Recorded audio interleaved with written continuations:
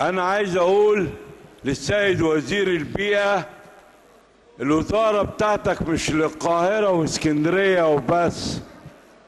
أنا نائب عن دايرة بلبيس، في 9 كيلو رشاح، بنسميه رشاح لكن هو مصرف مكشوف كله مجاري، تسبب في أمراض والروائح وكل شيء. خدت في كذا عهد سياسي وصرفت من جيبي 75,000 جنيه اعمل دراسات، وكان ايامها تخطيطه ب 28 مليون لانه في وسط المدينه.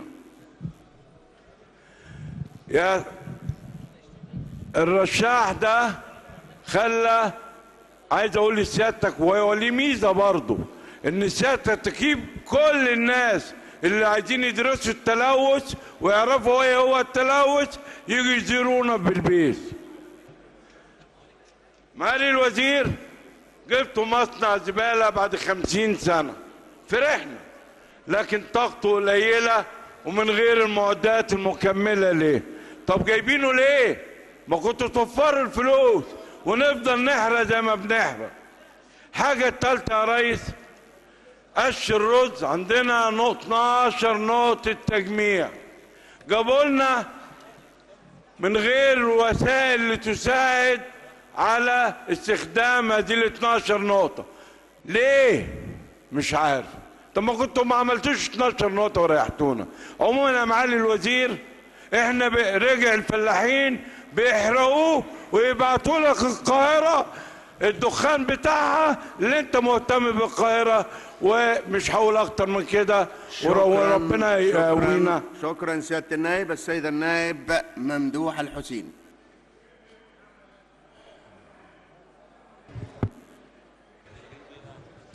شكرا يا ريس. يا ريس تكلمنا ومعالي الوزير يعلم الكلام ده، تكلمنا تكرارا وطالبنا اكثر من 20 مرة 30 مرة ان هناك عددا من القرى تتعدى 80 قرية. والرئيس انت سمعت الكلام ده مني اكثر من 100 مرة دلوقتي. اكثر من 80 قرية يستخدموا الصرف البديل على مياه الري وعلى بحيرة قارون، مما ادى لحدوث كارثة بيئية في محافظة الفيوم، ادت لتواجد امراض خطيرة مثل الفشل الكلوي والتهاب الكبد الوبائي، وكلمنا فيها اكثر من مرة. وخدنا وعود كثيرة من السيد رئيس مجلس الوزراء على ان البنك الدولي مخصص مبالغ 2 مليار و800 مليون عشان يؤدي على القضاء لمشكلة الصرف الصحي ل 80 قرية او 88 قرية.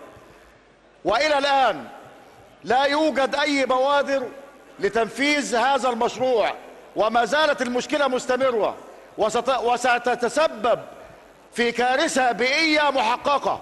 وأنا بحمل وزارة البيئة ووزارة الإسكان ورئيس مجلس الوزراء بأن هناك قريبا كارثة بيئية تتسبب فيها هذه الظاهرة.